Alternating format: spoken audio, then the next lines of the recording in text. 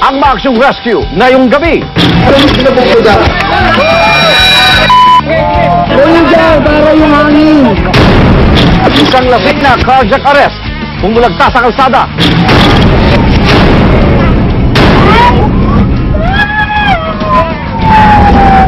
Birthday party na uwi sa Rambon. Ayan! Ininita mo lang eh! Masok ka, nagsulo ka doon sa loob. Ayun!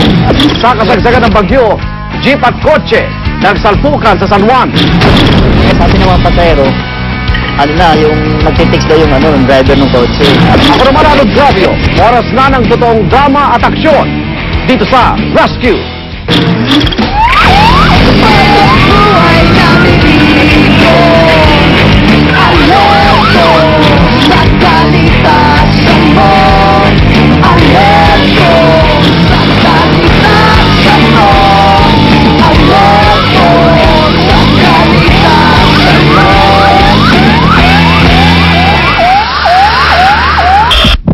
Isang lalaki na di umano'y lasing ang bigla na lang bumulagta sa kalsada.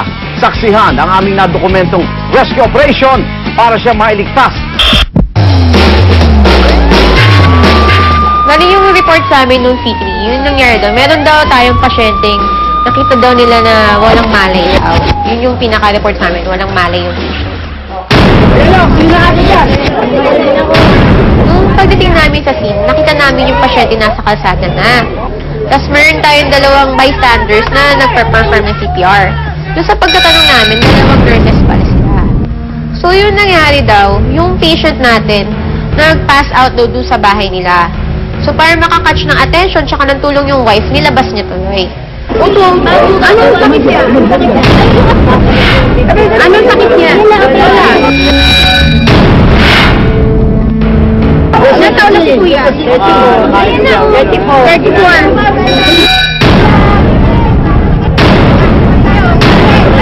Yung una-una namin ginawa, nung pagdating namin dun sa scene, ni-reassess namin yung patient. Chinek namin yung area niya, kung bukas ba, chinek namin kung humihinga, tsaka chinek namin kung may pulso ba tayo.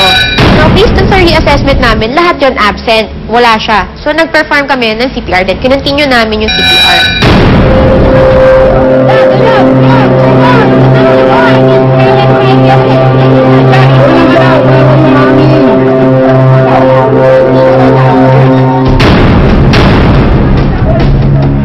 Yung pagsakay namin sa ambulance, nag-continue CPR pa rin kami. Anong ginagawa ni tatay bago siya nang wala ng malay?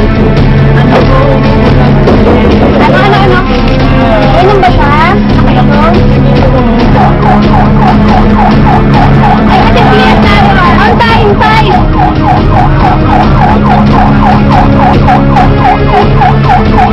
Ay!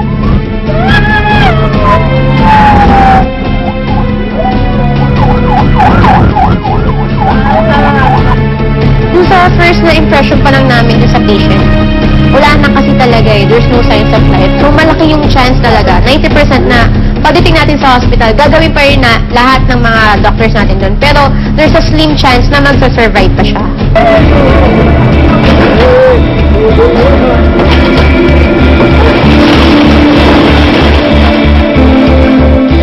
Kasi dun sa kwento ng asawa niya, maghapon nag-inom yung pasyente natin. Now, may history siya ng smoking tsaka ng drinking. So, pwedeng naging cause yun or nag-trigger yun kung bakit siya nagkaroon ng sudden death. Yun.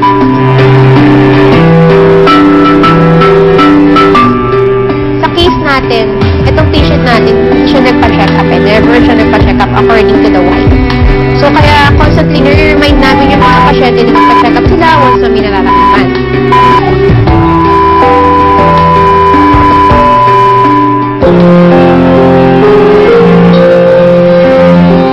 Yun talaga alam ko sa puso talaga.